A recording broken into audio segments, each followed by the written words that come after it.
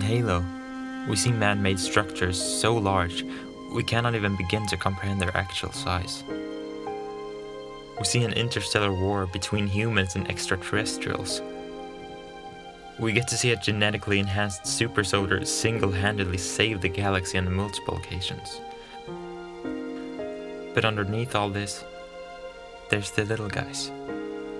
The ones that, while on their own, can't bring down even the smallest ship. Together, could change the course of the war. A strong silent type who dropped feet first into hell without any hesitation. This is the evolution of the ODST.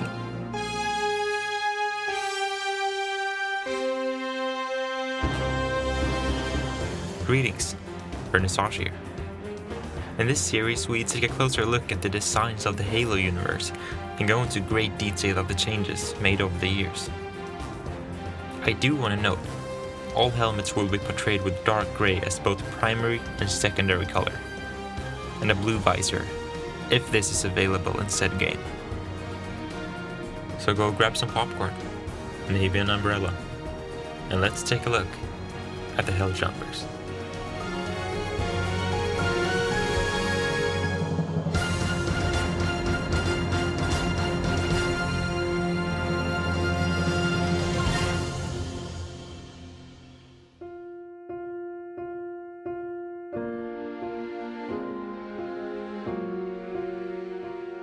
The Orbital Dropshock Troopers, commonly referred to as the ODSTs, were introduced in the first piece of Halo media ever released, Halo: The Fall of Reach, the novel written by author Eric Nyland.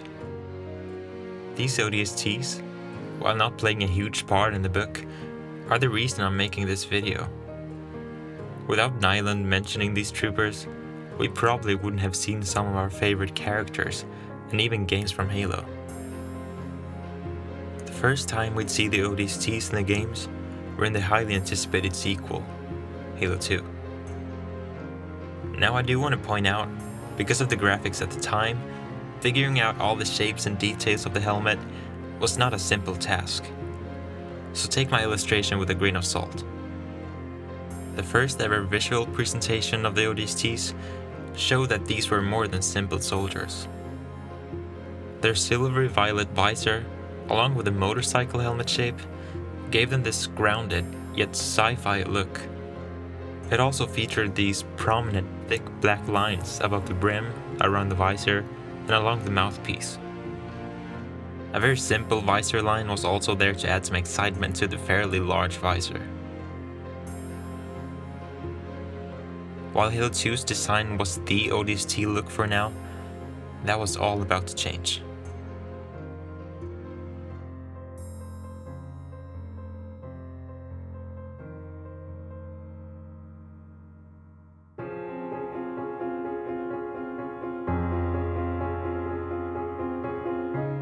With Halo 3's all-new armor customization came the possibility to truly customize your Spartan.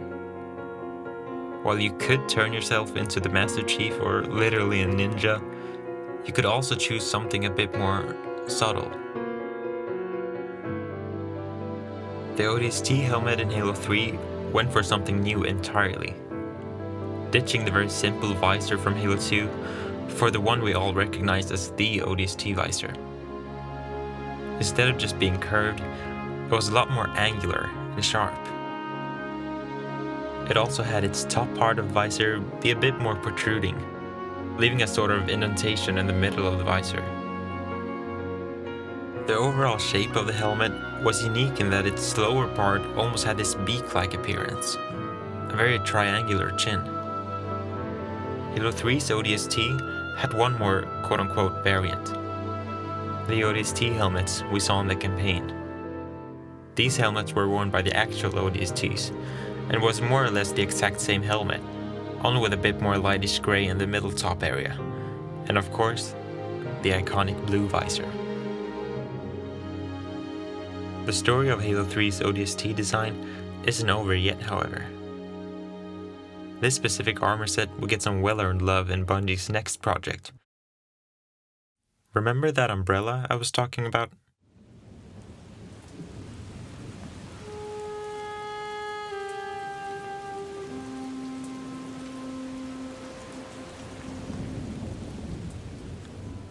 the game that's responsible for the hype surrounding the ODSTs.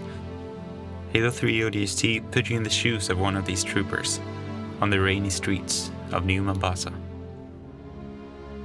Now, there are quite a few different characters in the game, but what I'll be focusing on is the newest member of the team. A man of a few words, or more accurately, none. I'm of course talking about the Rookie. Being built on the same engine as Halo 3 and using most of the same assets, the base look of the helmet is identical to what came before it. The obvious difference being the white line above the visor, and that's about it. Although if you ask me, the helmet didn't need to change. This iteration of the ODST fits perfectly in the somber night setting, with its surround and almost soft look. This version of the ODST helmet had now made its mark on the Halo community. So how do you improve upon such an iconic design?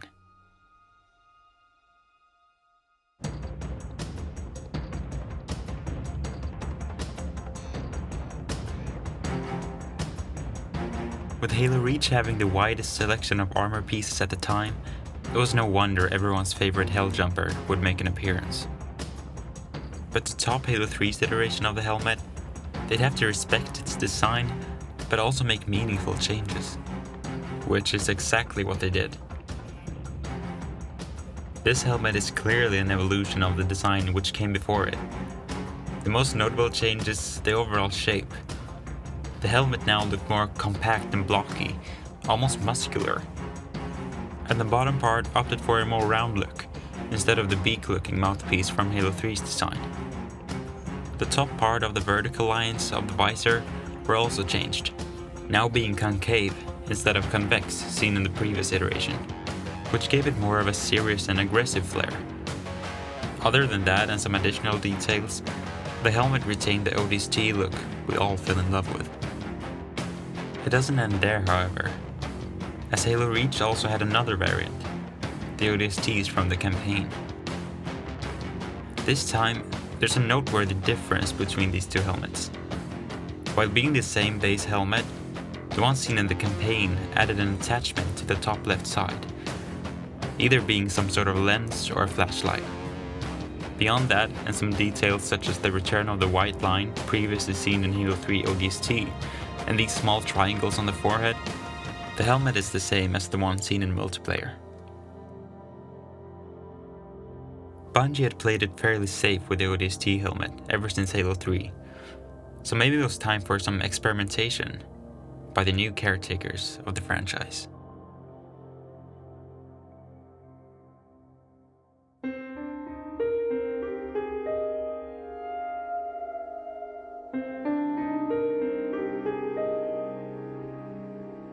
Just like with the Mark V, the ODST armor didn't launch with Halo 4. Instead, it was added later down the line as DLC. But was it worth the wait? Did it retain the look of the ODSTs we had all gotten so used to? Well, it's clear it's a part of the ODST family, as we see the visor, while being a little bigger this time, still had the overall shape of the ones that came before it. The visor is also flat, ditching the protruding part of the previous iterations. Interestingly enough, the helmet actually borrowed the white triangles previously seen in Halo Reach's campaign helmet, and added some new additional lights on the side of them. What makes this helmet stand out is the mouthpiece.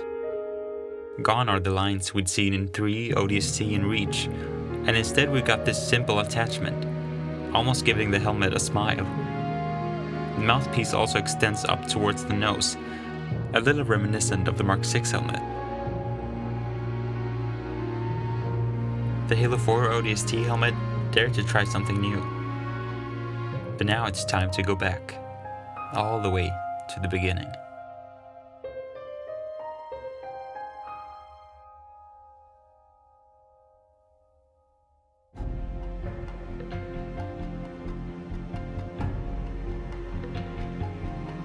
Before we'd see what the next entry in the franchise would have in store, it was time we checked back at the game that introduced the Helljumpers, Halo 2.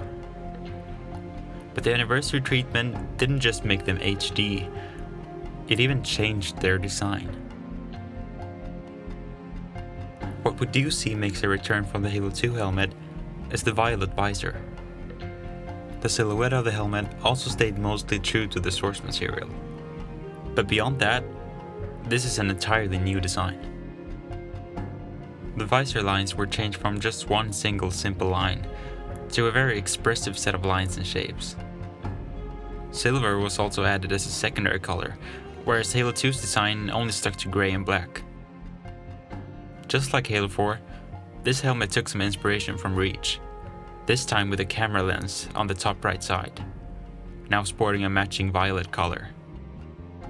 The difference here could be discussed for hours, so I'll leave it to you to examine all the remaining changes made to the design. Let me know which one you prefer.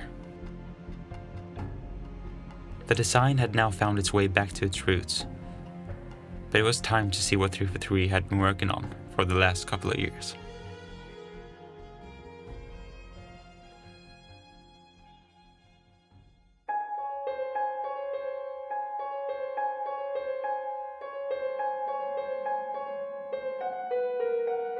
Up to this point, we'd seen all different types of ODST helmets. Some have huge visors, some have small visors. Some have a soft look, others have an aggressive look. There was a problem. People had gotten used to different helmets. So how do you please both sides? Easy. Just make two of them. And that's exactly what Halo 5 Guardians did. The Nightfall armor was first seen in, you guessed it, Halo Nightfall. But it was also featured in Halo 5's multiplayer. The helmet was clearly a variant of the ODST, with its protruding visor and the lines on the mouthpiece. It had a very soft silhouette, bearing the most resemblance to the Halo 3 design. The helmet also featured one Oni logo on each side, giving the armor some context and history. The logos were placed on what usually is the black part around the visor, which now seemed to have some grey armor plating, covering it up. And being a trend at this point, it borrowed the attachment from Reach, giving the helmet a flashlight on the top right side. One more interesting part, these mysterious knobs on each side of the visor. I have no clue as to why they're there, but they are there. The other helmet, and the last one seen so far in the games, is the appropriately named Helljumper. This helmet was seen both in multiplayer and campaign, as it was worn by the former ODST Edward Buck. The helmet was, in a way, the polar opposite of the Nightfall helmet. Instead of being soft and clean, the Helljumper was aggressive and had no shortage of details. The quote-unquote ears were more protruding than ever, and the visor was unusually small and angular. It's honestly a little hard discussing the changes, seeing as there are so many. The helmet is clearly ODST, but it's very different from all previous helmets. Halo 5 gave us two very different ODST helmets. Here's to hoping Halo Infinite gives us even more. And there we have it. That's all of the ODST helmets seen so far in the games. A beautiful helmet with a very interesting evolution, starting off with a purple motorcycle helmet and ending with a sharp and unique design, filled to the brim with detail. This is my personal ranking of the helmets. I'd love to know your ranking. Let me know in the comments below. If you've stayed to this part of the video, thank you. Thank you all so much for all the feedback. I honestly can't even keep up with all the comments. It's insane, we've already hit 600 subscribers after only 3 videos. Thank you. Keep sharing and keep watching, and I promise you, I will keep posting these videos.